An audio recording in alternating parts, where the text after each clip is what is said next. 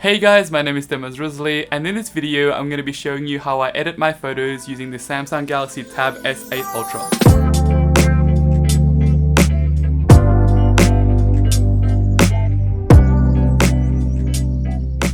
Hey guys, welcome back to my YouTube channel. So before this pandemic happened, I used to travel quite a bit taking photos around the world as part of my job. And now that the world is starting to open up again, I hope to start traveling again soon. Because of this, I'm constantly looking for ways to reduce the weight that's in my backpack when I'm out and about, while still having the same capabilities and efficiencies when it comes to editing my photos. So when Samsung Australia reached out to me to test out this brand new Galaxy Tab S8 Ultra, I thought it'd be a great way to see if this tablet is capable of editing photos just like how I would on a much heavier laptop. In this video, I'm going to be showing you guys how I edited this photo using the tablet on apps like Lightroom and Photoshop Mix. But before we get into that, let's talk about a few other things I've been using this tablet for over the last week. So I've not only just been using this tablet for photo editing, but it's also been great for general media consumption and gaming as well, when I want to get out of my studio space, or just as a third screen in my studio when I just want to watch something on the side while I'm working. The huge 14.6-inch 120Hz Super AMOLED display is amazing and super immersive. It's definitely the biggest tablet I've ever used, but weighing in at just 726 grams with a thickness of only 6mm, it's still really easy to be portable and on the go with this tablet. This should really reduce the load that's on my back when I'm traveling in the future. I've been using this tablet to watch my favorite shows on streaming apps like Netflix and YouTube whenever I want to relax and just sit on the couch or even lie down in bed. And because I'm a big basketball and football fan, I've also been watching a lot of sports on it as well. The large screen makes it super easy for multitasking, so I'm able to watch 2 games at once, or even watch a game and also be researching for a cool photo location, or even be editing a photo as well. I've also been using this Galaxy Tab S8 Ultra for a little bit of gaming as well. I'm not much of a gamer, but I don't mind the odd game of online Catan sometimes. When it comes to photography, I really like how seamless it is to send photos from my phone to my tablet. I recently went out shooting on the new Galaxy S22 Ultra, and by using the quick share feature, I'm able to send these photos to my tablet instantly, so I'm able to edit them on a larger screen. This helps me see more details when I'm editing. This way of sharing seamlessly is perfect for when I'm out and about and want to edit photos on a plane, for example. Alright, so now let's talk about how I edited this photo using the tablet from start to finish. I'm going to be showing you guys the exact steps and apps I used. There are heaps of photo editing apps out there, but what I use most on this tablet are Lightroom Mobile and Photoshop Mix. To help with the editing, I like to use the S Pen that comes inside the box with the tablet, as the 2.8 millisecond latency makes it super easy and responsive to move the sliders around. And once I'm done with the S Pen, I just snap it on the magnet at the back to recharge it again. Alright, so now let's jump to the tablet and I'll show you guys my entire editing process. Alright, so I already loaded the photos I want to edit into Lightroom Mobile, but before we get started, I just wanted to tell you guys how I shot these photos. So I was shooting a day to night time-lapse at the time in Chicago, so what that means is I shot these 2 photos using a tripod. Essentially what that gives you is the exact same frame for the daytime and the nighttime as well. For an edit like this, I recommend using a tripod, but if you really can't use one, you really want to try to make sure that you get the same shot so you can line things up easily later on when you're editing. Alright, first to get started, we're just going to click here on the top right where there's a bunch of sliders. This is where you're going to be adjusting all the colors and everything you want to the photo. I always start with the optics, which means I'm going to enable lens corrections and remove chromatic aberrations. Because I shot this raw on my camera, Lightroom actually can detect what lens I'm using. Most of the time, it should be able to detect what lens you're using or what camera you're using, so it fixes any lens distortions that your lens might have. Next, I work on the composition and click on the geometry tab. Here, I'm able to straighten up my lines. So for a shot like this, what I want to do is straighten up the buildings and also straighten up the horizon as well. So I click on this little logo with the 2 lines crossing each other. And what you want to do is draw lines that you think are going to be perfectly horizontal and perfectly vertical in your photos. So as you can see here, I'm drawing one that lines up perfectly with one of the buildings, and then another one on the side that lines up with another one of the buildings. And then finally, I draw one horizontally to make sure that the horizon is perfectly level. It's okay if you make a mistake and don't get this first try. You can always move those circular nodes until you get the right look that you want. Next, I'm going to crop the photo. So on the right here, there's a little crop tab. And because I'm going to be posting it to Instagram, it's going to be 4:5 crop. And because it's going to be focusing on the day to night split, I really wanted to zoom in and focus in on the skyline. You can see that I'm using the rule of thirds guidelines as well to keep the main chunk of the skyline down on the bottom horizontal line. So yeah, I just really wanted to zoom in on the city to make sure that the day to night transition will be very clear in the final edit. I also wanted to keep that big tower in the center so that the day to night transition happens over that building. All this editing and cropping and color grading is all very subjective, so when you're doing your edits, you should be making these decisions based on what you like and what feels right to you. Alright, so next we're going back to the adjustments tab, and I'm going to start with the light section. So here, just like the rest of the edit, I'm going to be playing around with each slider, and I'm just going to be moving it left and right until I can see what's best for this image. I've been editing photos for a while now, so it is a little bit faster of a process for me, but you can really take your time on this and slide the sliders all the way to the left and the right, and just stop wherever you feel the image looks right to you. Next, we're going to open up the color panel, and again, just slide the sliders left and right until you find the right colors for you. In this case, my goal was to push the colors as far as possible to make that day to night transition really clear. So because the first shot was shot at sunset, I really wanted to push out the orange, pinks and purples to really emphasize the clouds and the sunset. So here what I'm doing is I've opened up the HSL panel, which is that colorful circle on the top right, and I'm going through each individual color and testing out the hue, saturation and luminance until the colors look right to me. Basically what the hue slider does is push the colors one side or the other. So for example, if you're on the orange, it's going to push all the oranges in your photo towards the red side or the yellow side. Saturation is basically the amount of that color. So again, if it's orange, it's just going to make it less orange or really orange. And luminance is the brightness of that color. So if you push the luminance down, the orange will be really dark, and up, orange will be really bright. So what I'm doing right now is just stepping through each color and finding the right balance and the right colors that suit my taste. If you really want to copy every single setting that I've done here, you can just pause on any part of the video and try to match the numbers that I've landed on. But every photo is going to be different, and you're probably taking photos on a different camera or different lens to me. So you're going to have to adjust different things to make the colors look right for your image.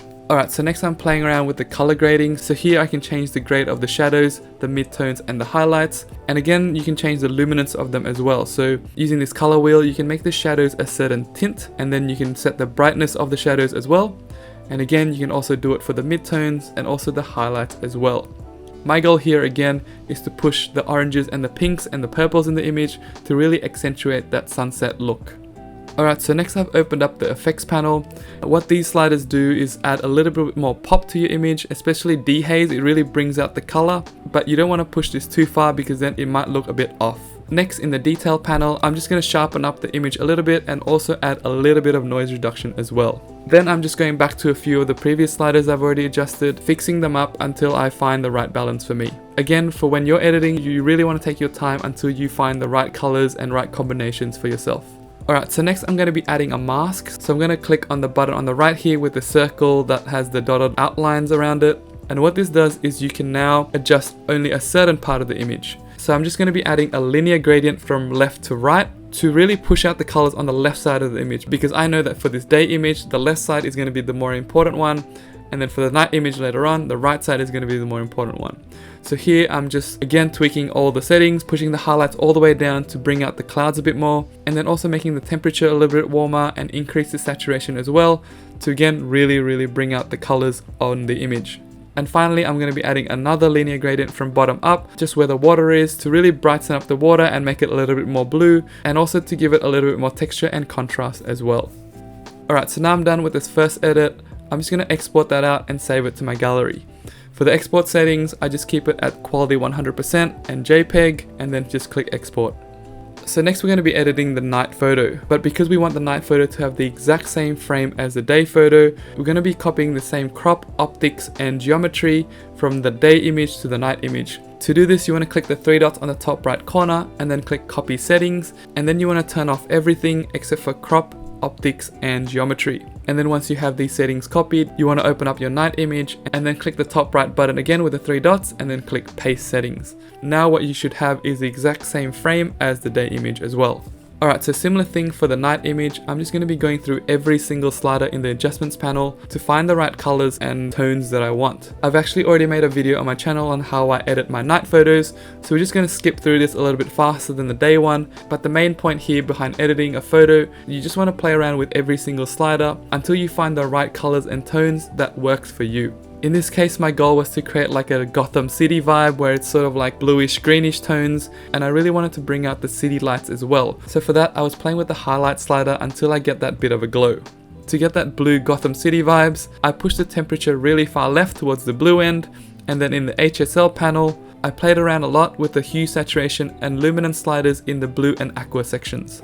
So once I'm done playing around with all the sliders, I again add a linear gradient from right to left this time, so I can really emphasize the darkness on the right side, because the right side of the image is essentially what I'm going to be using for the edit. So basically I'm just making the right side a little bit darker, and I also wanted to make the top right a little bit darker as well, so I added another linear gradient going from top right to bottom left, and again just adjusting each slider one by one until I felt that the colors and tones of the sky were what I was going for. For an edit like this, it was definitely pre-planned, so going out and taking out the photos at the beginning was really important, making sure that the day photo and the night photo lined up perfectly. And yeah, so I already had a vision for this edit while I was out shooting. Sometimes this is the case, and sometimes you get the idea later on, so then you just have to play around and adjust the photos accordingly until you can get the right image. Alright, so now we're done with this night photo. Again, we're just going to be exporting it to the gallery as well. Alright, so now we're done with both photos. I'm just going to be opening up Photoshop Mix, which is the second app I'm going to be using. And here I'm just going to be importing the first photo, which is the day photo.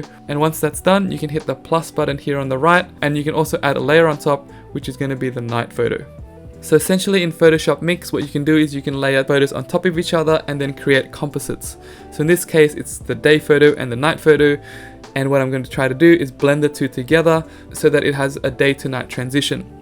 So once you have these two photos stacked on top of each other, you want to click this cutout button at the bottom. You want to change your brush to basic so it doesn't select anything you don't want to be selected. And then next you can play with the feathering and the brush size. So for me, I'm going to push the feather all the way to the top to get that nice gradient look. And also the brush size is quite large, so you get that large transition. And then just use the S Pen to color in everything you want to keep. So in this case, it's everything on the right side. If you make a mistake, it's okay. You can use the add and subtract feature here on the left to subtract any mistakes, or even if you want to add more to your selection. Just keep playing and experimenting with this until you get the right look that you want. It can get a little bit fiddly, but with some patience, I'm sure you'll be able to get the right look that you want. Also for this specific edit, I'm only using this cutout feature, but there are so many other features in this Photoshop Mix app that you should also play around with as well.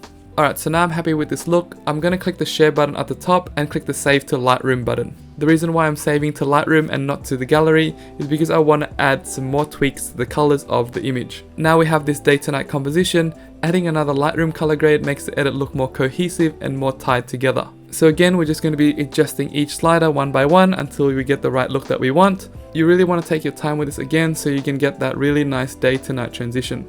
Once I'm done with this, I also added a linear gradient both from the left and the right to really push out the colors on the left side and the right side. And I also added a radial gradient on the top left because I wasn't too happy with the purple colors that were on the top left of the image. I wanted to make it more blue and more bright, so I just pushed the tint down all the way, the saturation down a little bit, and also the hue down a little bit as well. And finally, I added one last radial gradient, and that's going to be right in the middle where that seam is. When I edited that photo in Photoshop Mix, I wasn't able to get a really clean transition from day to night. It just kept giving me like a dark stroke here in the middle. So with this radial gradient, my goal was to try to remove it by increasing the brightness of it and also decreasing the contrast of it as well. Again, I can't stress this enough.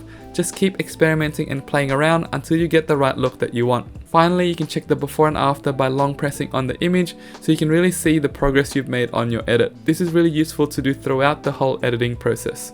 Alright, so after a few last minor adjustments, this is the final edit. All I'm going to do now is export and then post it onto my Instagram. So that's it, that's how I edit on my tablet. It's basically the same way as how I would edit on a laptop, and it's really awesome that the Galaxy Tab S8 Ultra is capable of doing everything I need in terms of photo editing. So let's take a look at the before images, and then what the images look like after a color grade in Lightroom, and finally the two images combined to create this day to night transition edit. So that's it. I hope you guys found this video useful and have learned some new tips and tricks for when you're editing next on your tablets. I want to say a massive thank you again to Samsung Australia for sponsoring this video and letting me check out the brand new Galaxy Tab S8 Ultra. If you like this video, make sure you hit that like button. If you have any questions, drop them in the comments below. And if you want to see more videos like this coming soon, please consider subscribing. As always, thanks so much for watching, and remember to always push your creativity to the next level. Bye!